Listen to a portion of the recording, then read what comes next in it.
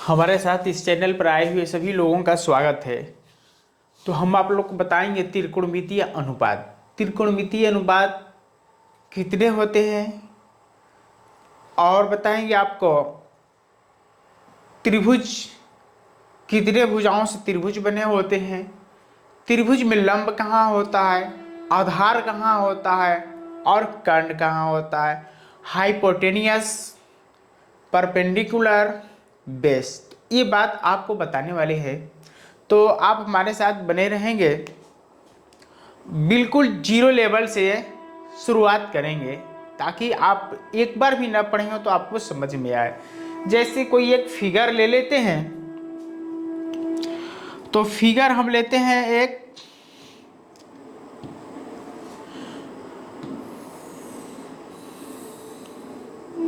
यहाँ पे एक फिगर ले लिए और फिगर जैसे हम लोग शुरू करते हैं त्रिकोणमिति, तो त्रिकोणमिति का मुख्य जो त्रिभुज है वो समकोण त्रिभुज पे चलता है। यानी समकोण त्रिभुज पे जितने सवाल बनेंगे समकोण त्रिभुज पे बनेंगे और समकोण त्रिभुज के अलावा और कोई त्रिभुज नहीं होगा जिस पे सवाल बनेगा। तो समकोण त्रिभुज से ये त्रिकोणमितीय अनुपात का पूरा सवाल बनेगा, बेस, आधार, लंब। तो इनमें हम एक काम करते हैं, सबसे पहले इनका हम नामकरण कर दें। इनका नामकरण कर दें। नामकरण का मतलब क्या होता है? नामकरण का मतलब होता है इनका नाम दे दिए। आप भी जानते होंगे किसी व्यक्ति का कोई बच्चा जन्म लेता है तो उसका कुछ नाम पड़ता ही है, पड़ता है ना। तो उसी तरह हम एक त्रिभुज बनाए, इनका नाम दे दिए ए बी सी। आप यदि ये चाहते हैं कि ए और बी सी को बदल लें तो आप बदल सकते हैं, आगे पीछे रख सकते हैं, कोई दिक्कत नहीं। लेकिन जब आप उनको रख लेंगे तो दोबारा बदलेंगे नहीं, दोबारा नहीं बदलेंगे, इतना ध्यान रहना चाहिए। तो अब करते हैं हम लोग क्या, अब इनका हम देखिए यहां पे ये आप थीटा मानेंगे, यहां पे थीटा मानेंगे तो थीटा के सामने वाले कोण को हम लोग क्या कहते हैं, ठीक है। अब ये हम आपको बताएंगे। जैसे एक दूसरा फिगर लेते हैं हम, देखिए ये समकोण त्रिभुज बना लिए। समकोण त्रिभुज में आपको पता होना चाहिए कि तीन भुजाओं से बनी हुई बंद आकृति को त्रिभुज कहते हैं। लेकिन त्रिभुज तो कई प्रकार के होते हैं, समबाहु त्रिभुज, समकोण त्रिभुज, तो इस तरह कई प्रकार के होते हैं त्रिभुज। लेकिन हम लोग को चाहिए कौन त्रिभुज? समकोण त्रिभुज। तो समकोण त्रिभुज का परिभाषा होता है जिनका एक कोण 90 अंश, दो कोण न्यून कोण यानी 45-45 का अंश को हो, उनको हम लोग समकोण त्रिभुज कहते हैं। ये तो समकोण त्रिभुज का परिभाषा हो गया। तो परिभाषा के अनुसार एक कोण 90 अंश यहां पे और दो कोण 45 अंश, इसी को हम लोग क्या कहते हैं? समकोण। हो गया परिभाषा। अब इनका हम लोग का आपको बताएंगे। देखिए नामकरण तो बता दिए थे, इनको हम लोग ए कहेंगे, बी और सी। शुरू करते हैं मेरे बड़े भाई, आपको जीरो लेवल से समझ में आएगा और इनका कितने लंब आधार कण होते हैं सब बता देते हैं। देखिए अब यहाँ पे आप जैसे इनको थीटा मानेंगे, क्या माने? थीटा, यानी सी को थीटा मानेंगे तो थीटा वाले कोण के सामने वाली भुजा लंब होती है। क्या होती? लंब। तो यहां पे हम लंब लिख दिए। अब लंब को हम लोग इंग्लिश में क्या बोलते हैं? परपेंडिकुलर। तो लंब को परपेंडिकुलर कहते हैं, तो इसलिए इनको हम पी कहेंगे। क्या कहेंगे हम लोग? पी कहेंगे। दूसरा बात कि जब बी वाला यहां पे 90 अंश का कोण होगा तो 90 अंश के कोण वाले को इनके सामने वाली भुजा ए वाली होगी, यही होगा। तो इनके सामने वाली भुजा को हम लोग कर्ण कहते हैं। क्या बोलेंगे? कण, और कण को इंग्लिश में हम लोग हाइपोटेनियस, तो EH से, हाइपोटेनियस को EH से कहते हैं। बच्चा अब 2 तो हो गया, 3 ही भुजा से बना हुआ बंद आकृति को हम लोग त्रिभुज कहते हैं, और जो त्रिभुज लिए हैं समकोण, बचा है और एक, तो जिनका बचा है उसको हम लोग कहते हैं आधार, और आधार को इंग्लिश में बेस कहते हैं, इसलिए इनको शॉर्टकट में बी से कहेंगे। और आधार, ये आधार पे पूरा फिगर टिका हुआ है जिसको हम लोग बेस कहते हैं, जिसको भोजपुरी में हम लोग नींव कहते हैं, जिसको हम लोग कहते हैं अपना नींव पढ़ने वाला बेस को मजबूत बनाइए। जिस पे आप, बेस का मतलब पहले ABCD पढ़ा और कबूतर खड़ा, क ख पढ़ा, टेबल पढ़ा, गिनती पढ़ा, इसी पे रखते हुए आप ऐसे ऐसे ऊंचे स्तरों पे पहुंचते हैं ना, तो जो नीचे सबसे पहले पढ़े थे उसी पे बेस टिका हुआ है ना, तो उसको नीचे वाले को बेस, ए वाले थीटा वाले के सामने को लंब परपेंडिकुलर, और 90 अंश कोण के सामने वाले को कर्ण हाइपोटेनियस कहते हैं। दूसरा फिगर देखते हैं, दूसरा फिगर एक ले लेते हैं इसी तरह।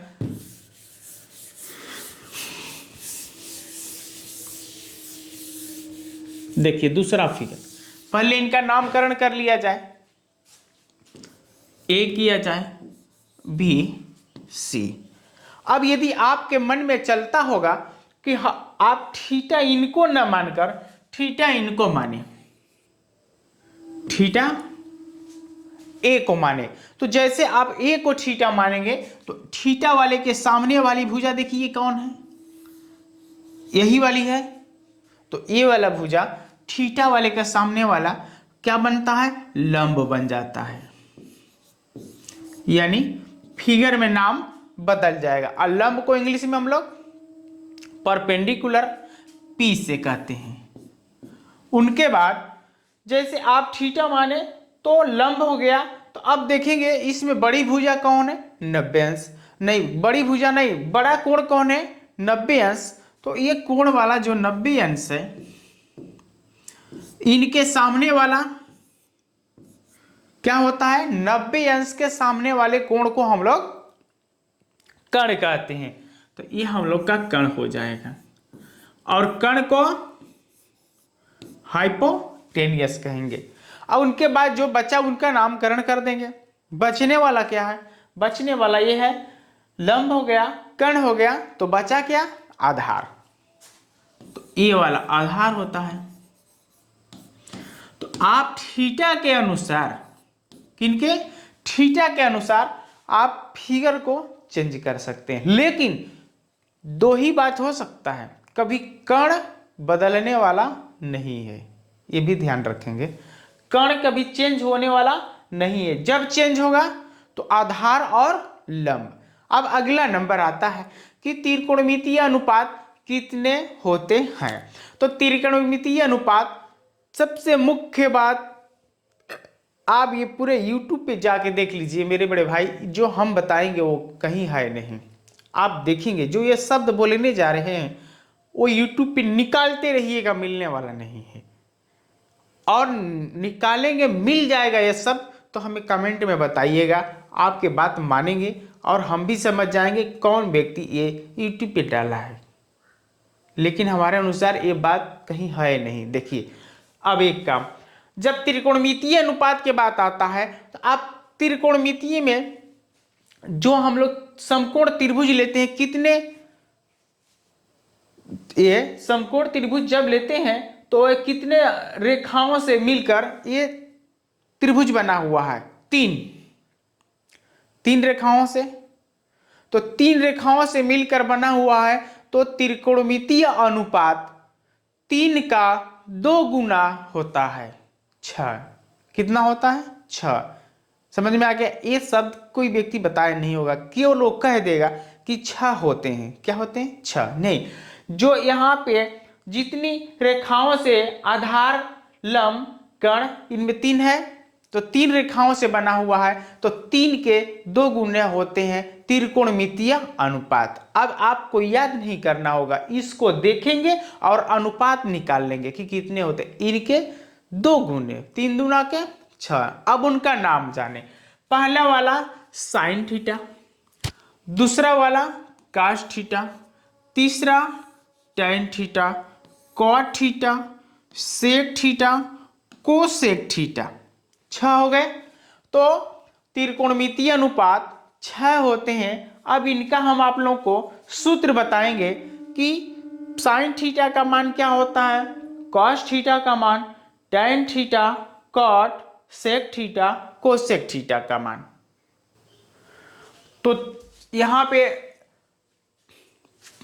जो त्रिकोणमितीय अनुपात जो होते हैं 6 होते हैं, इनके लिए आप इनको याद करने के लिए एक सूत्र आपको मिलेगा जिसको हम लोग नाम जानते हैं लाल बटे में कक्का। लाल बटे में कक्का, इनके सहयोग से हम पूरे 6 त्रिकोणमितीय अनुपात निकाल सकते हैं। जैसे देखेंगे यहाँ पे सबसे पहले लिखेंगे लाल, LAL, लाल बटे में कक्का, KA। तो आप एक काम करेंगे, सबसे पहले हम लोग साइन थीटा लिखे हैं, तो पहला वाला साइन थीटा का मान होगा, पहला वाला साइन थीटा, इसलिए कि हम लोग पहला अनुपात में साइन थीटा आता है, तो साइन थीटा हम लोग L/K लिखेंगे। तो यहाँ पे L बटे में K हो गया पहला नंबर, एक नंबर।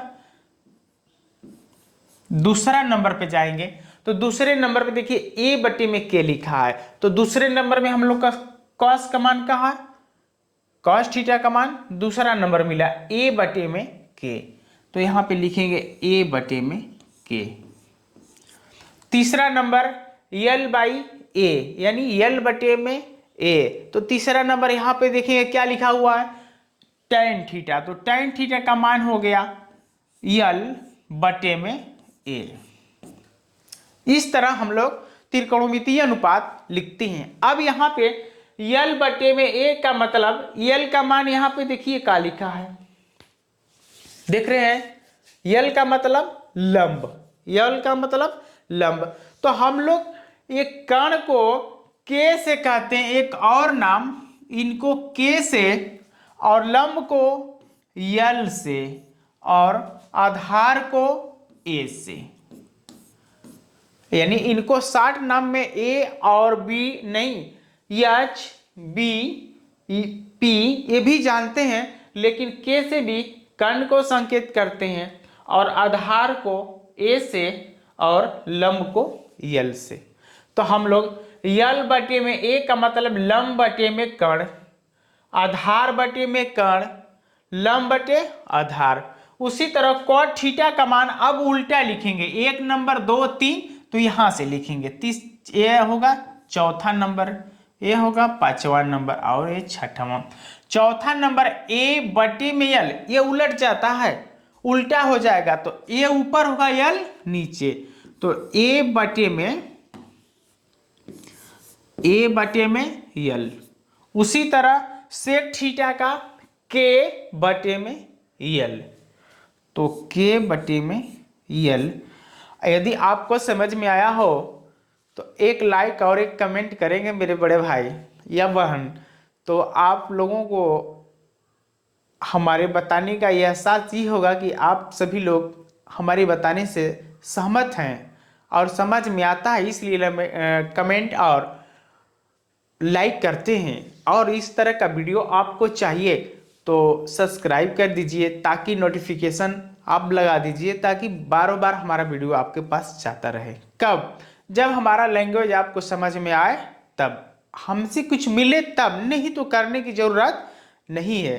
तो अब हम लोग यहाँ पे कोसेक थीटा का मान K बटे में L, यानी कि कर्ण बटे में लंब। इस तरह हम लोग त्रिकोणमितीय अनुपात पता कर लेते हैं। यदि समझ में आया तो लाइक कमेंट सब्सक्राइब कीजिए, और आप लोगों को धन्यवाद।